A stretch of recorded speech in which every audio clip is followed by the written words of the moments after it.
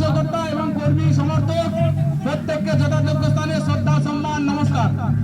আজকে আপনাদের এই মান্দারণ অঞ্চলে যে তারাহাট সংলগ্ন পার্শ্ববর্তী সমস্ত বুথগুলোই হ্যালো আমরা জনসংযোগ করলাম। তো আপনাদের যে উপস্থিতি ছিল আজকে প্রচার হচ্ছে তোমার তারাহাট। তো আজকে যে হ্যাঁ, তারাহাটের সিমোহা থেকে সোজা এসে গ্রাউন্ডে চলে আসবে। থাকবে তো থাকবে তো যদি হ্যাঁ হ্যাঁ হ্যাঁ, আপনাদের এলাকায় তৃণমূল কিন্তু তারাহাটের বল গ্রাউন্ডে মানে ইলেকশন ভেতরে সিমোহা পেরিয়ে চলে আসবে এই রাস্তার গায়ে। তো এমন সংগঠন করবো ভয় লাগে জানো যে আমরা সিমোহাটা পেরিয়ে আসে, ঠিক আছে তো সিমোহাটা পেরিয়ে চলে আসবে গ্রাউন্ডে। আজকের পর থেকে প্রতিদিন হ্যাঁ, তাড়াতাড়ি চলে আসবেন। কিছুই কাজ করুন না কেন, বাড়িতে বাড়িতে যেমন সন্ধ্যাবেলায় বিকালবেলায় একটু জনসংযোগ করবেন, তেমন সমস্ত বুথের কর্মীদেরকে নিয়ে কোথাও না কোথাও একটা বসবেন যে সারাদিনে কি করলেন, কার বাড়িতে গেলেন, কিভাবে জনসংযোগ করলেন এবং আগামীকালকে কি করবেন, এই বিষয়ে এক সুনির্দিষ্ট পরিকল্পনা করে আপনাদেরকে 29 এপ্রিল পর্যন্ত কার্যক্রমটা চালু রাখতে হবে। যদি এই 29 এপ্রিল পর্যন্ত এই সুনির্দিষ্ট লক্ষ্য নিয়ে হাঁটেন তবেই কাজটা সফল হবেন। আর যদি পরিকল্পনাবিহীন হয় তাহলে কি হবে বলুন তো? পরিকল্পনাবিহীন কি লড়াই জিতে যায়? জিতে যায় না তো। এই কিছুদিন আগে পেহেলগামে আমাদের 27 জন হিন্দু 29 জন হিন্দু মায়ের শীতে সিঁদুর নষ্ট করে দিয়েছিল। কারা করেছিল? পাকিস্তানি জঙ্গিরা তো পাকিস্তান করেছিল, তাই তো? বিরোধীরা কি বলছিল যে পাল্টা মোদিজি এখনই অ্যাটাক করুন পাকিস্তানের উপরে। মোদিজি কিছু বলেছিল কি? মোদিজি একটু সময় নিয়েছিলেন, কিন্তু সময় নিয়ে পরিকল্পনা করে কি করেছিল?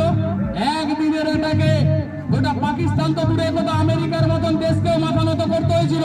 তার কারণ একটাই ছিল, মোদিজি নিখুঁত পরিকল্পনা ছিল বলেই তাই মাথা নত করেছিল। তাই না আপনাদের নিখুঁত পরিকল্পনার মধ্যে নিয়ে ভোট করাবেন। তৃণমূল আপনাদের কাছে শরণাপন্ন হবে বাঁচার জন্য, বলবে চৌঠামের পর একটু দেখবি রে, বাঁচাবি রে আমাদেরকে, আমরা তোদের সাথে আছি।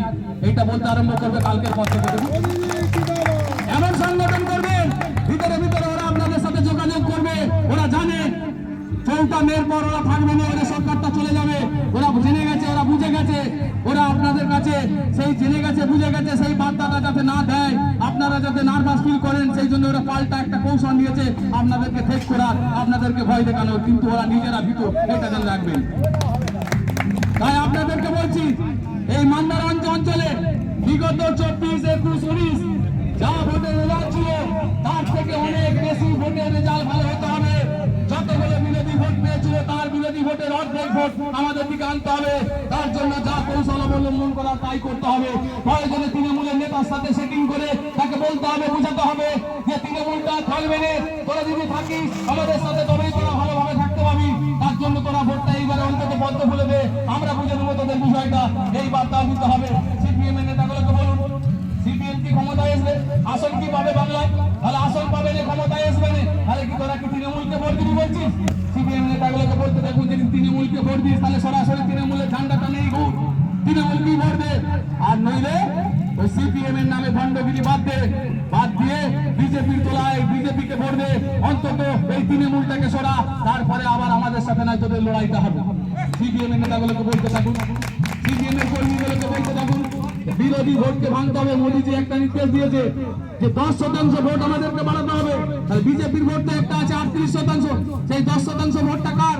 সেই 10% ভোটটা তৃণমূলের, সিপিএম এর, কংগ্রেসের, বিরোধী দলের। তাই বিরোধী দলের নেতাদের সাথে এখন থেকে উগ্রতা নয়, তাদেরকে বোঝান, তাদেরকে বাস্তব চিত্রটা তাদেরকে তুলে ধরুন যে বাস্তব পরিস্থিতি কি, বাংলায় কি পরিস্থিতির উপরে দাঁড়িয়ে আছে, আমাদের মান্দারণের এই সব এলাকার সামাজিক পরিস্থিতি কি আছে, সেইটা তুলে ধরে তাদের একটা ভোটকে কৌশলে আমাদের দিকে টেনে আনার চেষ্টা করুন।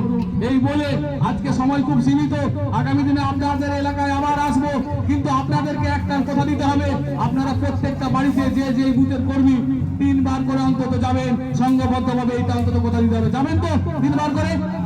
হ্যান্ডবিল আসবে, লিফলেট আসবে, পার্টির সংকল্প পত্র আসবে, প্রার্থীর পরিচিতি আসবে, সমস্ত কিট আসবে। আসার পর প্রতিটা বাড়িতে গৃহ সম্পর্ক করতে হবে, জনসংযোগ করতে হবে, বোঝাতে হবে।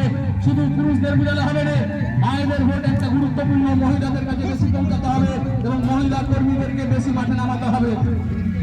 তাই প্রত্যেককে বলবো, আগামী নির্বাচনের আগে অন্তত একটা পরিবারে 3 দিন মিনিমাম যাবেন, যে তাদের সঙ্গে জনসংযোগ করবেন। এই বলে আবার সকলকে যথাযোগ্য স্থানে শ্রদ্ধা সম্মান নমস্কার জানিয়ে আমি আমার কিছু চাই কি? আর চিকিৎসার জন্য 5 লক্ষ টাকা মোদীজি আয়ুষ্মান ভারত কার্ড দিবে, সারা ভারতবর্ষে যে হসপিটালে ইচ্ছা আপনার স্বাস্থ্য চেক আপ করতে পারেন, কোথাও টাকা লাগবে না। কথা দিচ্ছি, এতগুলো পরিষেবা মোদীজি আপনাদের জন্য চালু করছে, শুধু সরকারটা হতে দেন, পদ্ম ফুলে ভোটটা দেন। নমস্কার, প্রণাম বিধানসভা। মোদীজি স্বপ্ন দেখছে সারা ভারতবর্ষে একটাও যেন মাটির বাড়ি কারো না থাকে, সেই জন্য গ্রাম অঞ্চলের জন্য 3 লক্ষ টাকার করে বাড়ি দিবেন বলছেন মমতা ব্যানার্জি, 1,20,000। তো আমাদের গ্রামে 3 লক্ষ টাকা প্রত্যেকটা লোক বাড়ি পাবে, যার মাটির বাড়ি আছে সবাই পাবে। আর বলি, চিকিৎসার জন্য মোদীজি একটা স্কিম এনেছে আয়ুষ্মান ভারত, মমতা ব্যানার্জি আনতে যায়নি, সব রাজ্যে চলে, ঠিক আছে। আজকে আপনি আয়ুষ্মান ভারত থাকলে ভেলোর, চেন্নাই, ব্যাঙ্গালোর যেখানেই যান, যে হসপিটালেই যান, 5 লক্ষ টাকার পরিষেবা পাবেন। তাই মোদীজি বলছেন সরকার হওয়ার সঙ্গে সঙ্গে প্রত্যেকের হাতে আমরা আয়ুষ্মান ভারত কার্ড তুলে দেবো 5 লক্ষ টাকার স্বাস্থ্য বীমার জন্য। তাহলে মোদীজি অনেক অনেক আপনাদের জন্য ভাবছে, প্রকৃত ভারতবর্ষে প্রকৃত পশ্চিমবঙ্গের উন্নয়নের কথা ভাবছে। তাই সবাই একটা 5 বছরের সুযোগ দেন।